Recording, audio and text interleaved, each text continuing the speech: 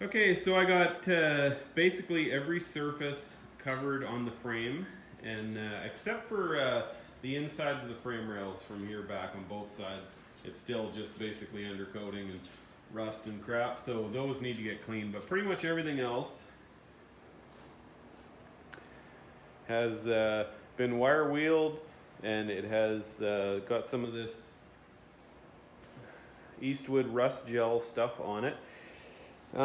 So pretty much I'm just going to leave for the day and let this stuff do its thing. But you can definitely tell things are happening. We're starting to see, a lot more metal showing through everywhere.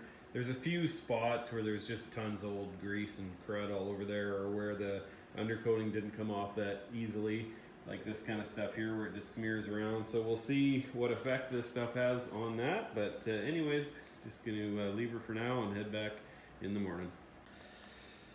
All right, folks, well, I'm in the shop, and I have to tell you, this step of getting the frame brought down to bare metal is really kicking my butt.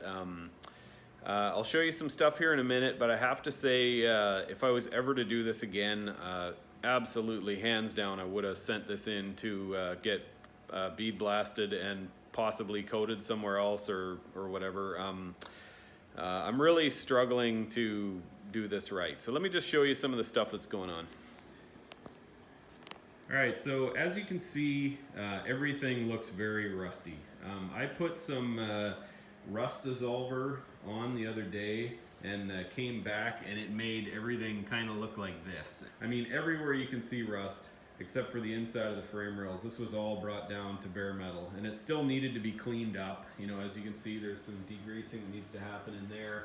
But for the most part, I mean, she was pretty much down to metal. And then again, once it was all rusted, like that part I showed you, I went over it and, got it back to bare metal. The stuff came off pretty good. Actually, to be honest with you, I don't know if that's actually rust or just the byproduct of the rust dissolver. But either way, it comes off like nothing. But I'm finding, here in Vancouver, it's a very damp, rainy city. I don't live at this shop. This is just something I rent, so I will run heaters when I'm here, but I don't leave them on overnight. But as you can see, I came back after a couple days, and I mean, this thing is completely rusty again. So things are not really going that well, to be honest with you. This is a step that, partly just due to circumstance and scheduling, and just the fact that the shop is kind of wet and the season, is really just kind of a clammy, wet sort of environment. This is actually, it's a little bit tough to deal with. So right now, I'm on the verge of trying to decide, do I, get this thing brought into a shop, bead blasted and painted there, or else possibly, I was speaking with a guy at a paint counter at a vehicle shop or at a parts shop the other day, and we had priced out some primer and a nice coating for this and everything that I would put on myself. And I just spoke with them again, and the other option would be that I would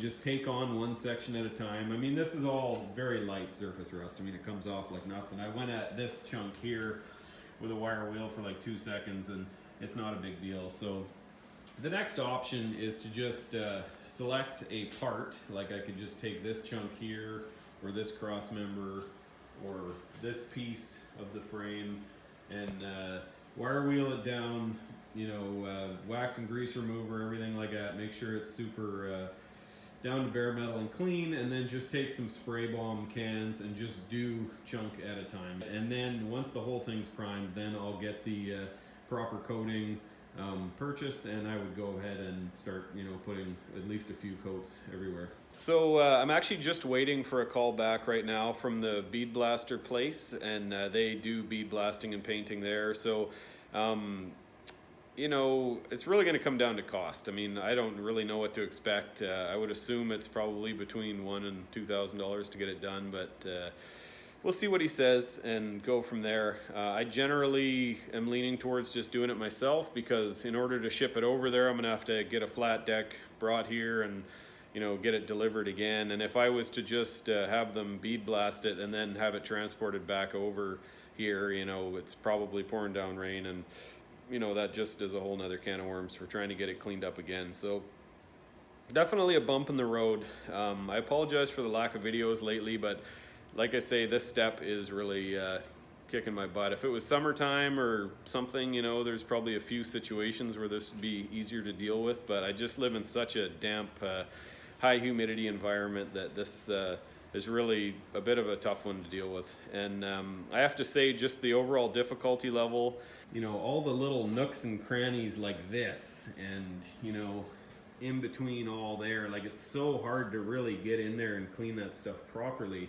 And because this is a really, you know, I want to own this vehicle for a long time, you know, stuff like that, I mean, that's tough to get that all like right down in there and stuff. I mean, it's challenging to get that properly clean to the point where paint's going to stick to it for the next, you know, hopefully 20 years or so. So anyways, I'm kind of on hold with that right now. I just wanted to put this video out because I went from putting stuff out every couple days when I was taking things apart, but this one step is really, you know, zapping the life right out of me. As you can see, this is what everything looked like. This was all basically down to bare metal, and then I put that rust dissolver on it. And I mean, this stuff comes off easy. It's not thick, nasty rust, but yeah, she's a little bit up in the air right now, so not 100% sure what I'm going to do. All right, so as it sits, everything very up in the air. I will be hopefully getting back to pretty regular videos, but I'm going to have to kind of just step back and take a deep breath and figure out where to go from here, because you know, for the most part, the stuff I've been taking apart on this truck is fairly familiar territory, but this is a whole new can of worms, and my rookie inexperience is really showing at the minute. So you know, all I can do is wait for the quote, see what's going to happen. I would probably lean towards me just sort of getting through it myself, but we'll see.